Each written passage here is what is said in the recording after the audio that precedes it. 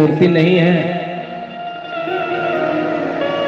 अरे वो जगत का नियंता स्वर्णकार है और हम सबको बनाया है। उसमें वो कीमती लोग हैं जो कथा हृदयंगम करते हैं और उनकी कोई कीमत नहीं है जो लोग इधर से सुने उधर निकल गया।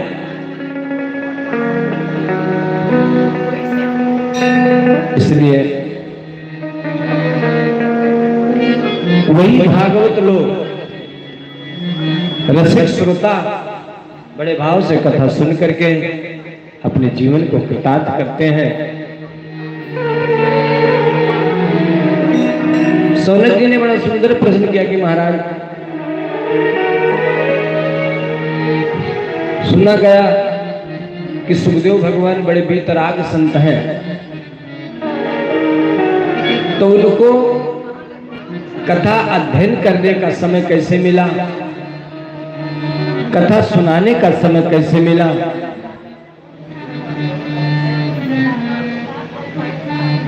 और आप ही बता रहे हैं कि आदि नारायण के मुख से निकली हुई ये कथा है, तो धराधाम पर आई कैसे? आप लोग शांत व्यवस्था अगर बनाएंगे तो बात समझ में आएगी, नहीं तो अपना भी दिमाग डिस्टर्ब होता है।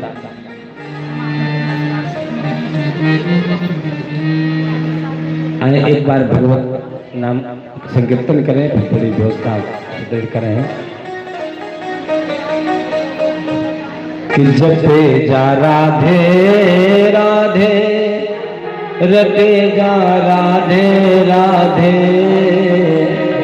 श्री वृंदावन धाम अपार, रटे जा राधे राधे, श्री वृंदावन धाम अपार, रटे जा राधे राधे, वृंदावन धाम अपार, रटे जा राधे राधे, वृंदावन धाम अपार, रटे जा राधे राधे, हो बंदे राधे राधे, जपे जा राधे राधे, रटे जा राधे राधे,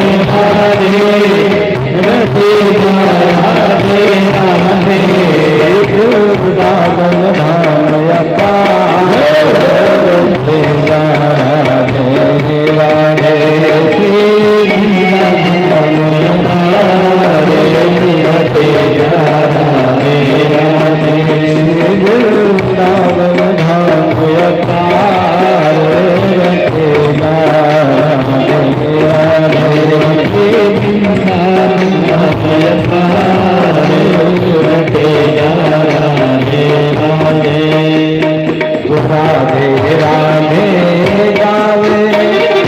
प्रेम पदारथ पावे, गावे वो प्रेम पदारथ पावे, जो राधे राधे गावे वो प्रेम पदारथ पावे, वो राधे राधे गावे वो प्रेम पदारथ पावे, आपको हो जाए बेड़ा पार, रटे जा राधे राधे, आपको हो जाए बेड़ा पार, रटे जा राधे राधे, आते अलबेली सरकार, रटे जा राधे राधे, आते अलबेली सरकार, रटे जा राधे राधे, राधे राधे की थोड़ा व्यवस्था शांत बनाए रखेंगे तो हमारे भी समझ में बात आएगी। आप तो लोग समझदार नहीं हैं, हमारे समझने में दिक्कत पड़ सकते हैं। भगवान कृष्ण भगवान की जय। का महाराज ये कथा आदि नारायण जो परम ब्रह्म है उनके मुख से निकली हुई कथा है, तो धराधाम पर सबको सुलभ कैसे? कहते हैं कि एक बार देवर्षि नारद जी हरि स्मरण करते हुए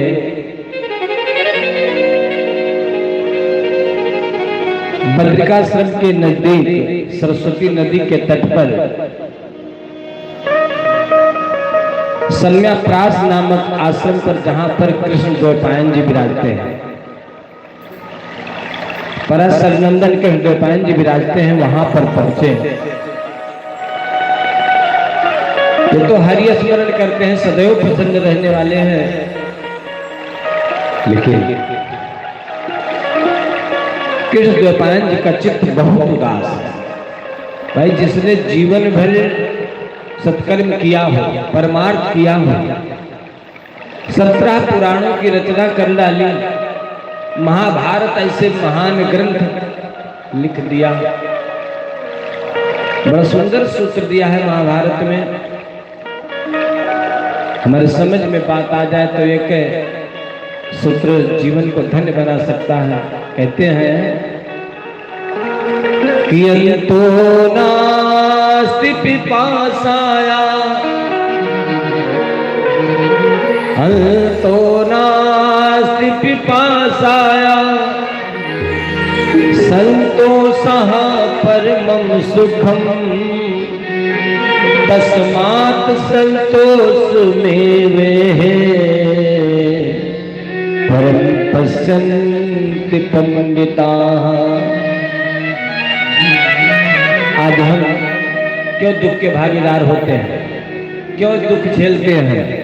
कारण है इच्छा अनंत है, इच्छाएं कभी पूरी नहीं होती हैं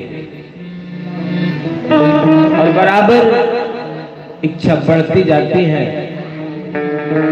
और जब तक संतोष नहीं होगा तब तक सुख नहीं मिलेगा। और जिसको संतोष ऐसा धन प्राप्त हो जाए,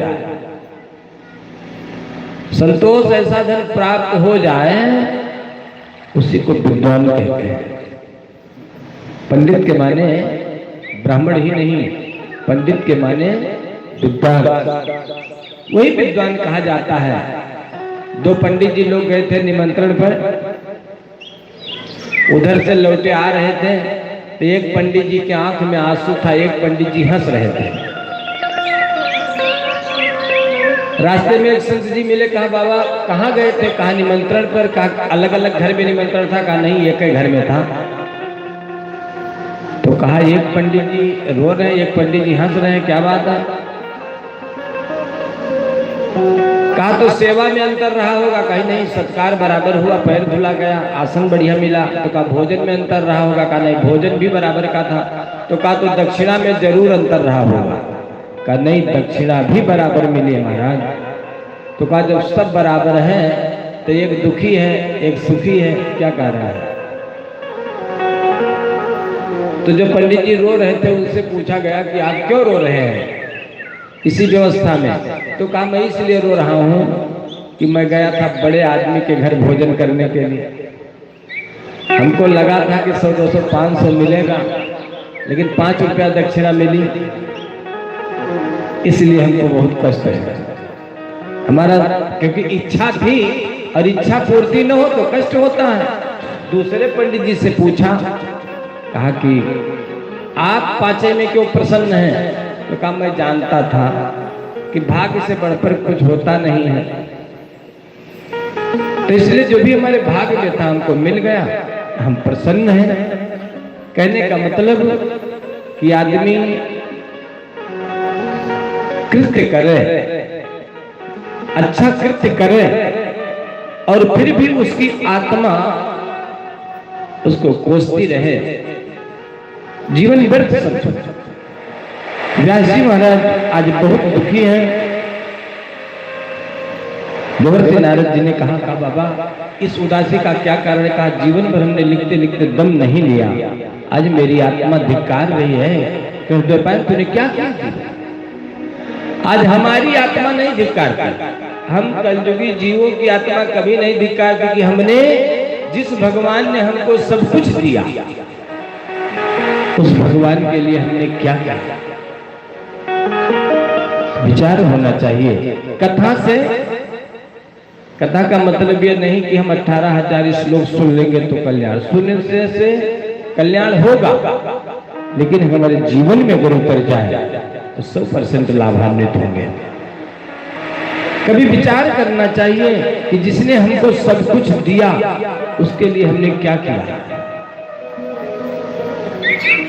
कृष्णद्वैपायन जी को इसलिए चिंता है कि हमको सुंदर शरीर मिला, हमने समाज के लिए कुछ नहीं किया। हमारी आत्मा बार बार धिक्कार रही है। देवर्षि नारद जी ने कहा, महाराज अगर आपने बहुत से ग्रंथों का निर्माण किया, चारों वर्णों की व्यवस्था आपने बता दिया, स्त्री पुरुष के धर्म का निर्माण कर दिया, लेकिन भगवान श्याम सुंदर जी के शुद्ध चरित्र का गायन नहीं किया। भगवान बालकृष्ण जी के बाल लीला का वर्णन करें, उनके चार चरितावली का वर्णन करें तो आपके आत्मा को शांति मिलेगी। तो कहा उसके लिए मुझे कोई सूत्र चाहिए। देवर्षि नारद जी ने वो 4 श्लोक परम पूज्य